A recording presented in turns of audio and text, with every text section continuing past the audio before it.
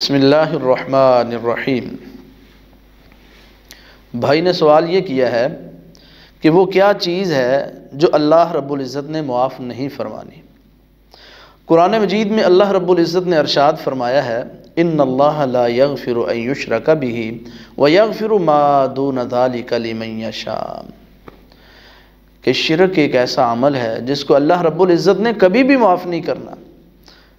جو اللہ رب العزت کے ساتھ کسی کو شریک ٹھہراتا ہے، کسی نبی کو، ولی کو، فرشتے کو، جن کو، انسان کو، جو اللہ کے برابر کسی کو کرتا ہے اللہ کی ذات میں، اللہ کی صفات میں، تو ایسا شخص اگر بغیر توبہ کے مر جاتا ہے تو اس کی بخشش کبھی بھی نہیں ہوگی۔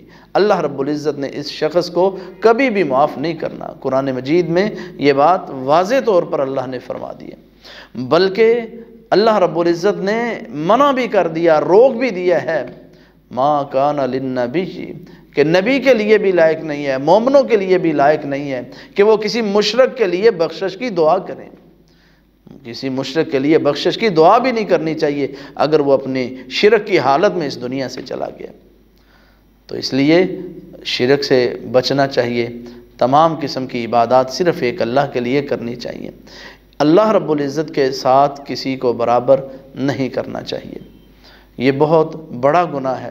نبی صلی اللہ علیہ وسلم نے فرمایا الا انبئکم باکبر الکبائر، کیا میں تمہیں بڑے بڑے گناہوں میں سے بڑے بڑے گناہوں کی خبر نہ دوں؟ قالوا بلا یا رسول اللہ صلی اللہ علیہ وسلم، ہاں اے اللہ کے رسول صلی اللہ علیہ وسلم کیوں نہیں؟ فرمایا سب سے پہلے جو بات آپ نے کی الاشراک باللہ، اللہ کے ساتھ شرک کرنا، یہ سب سے بڑا گناہ ہے۔ اللہ رب العزت ہمیں شرک سے ہمیشہ محفوظ رکھے۔ وما توفیقی الا باللہ۔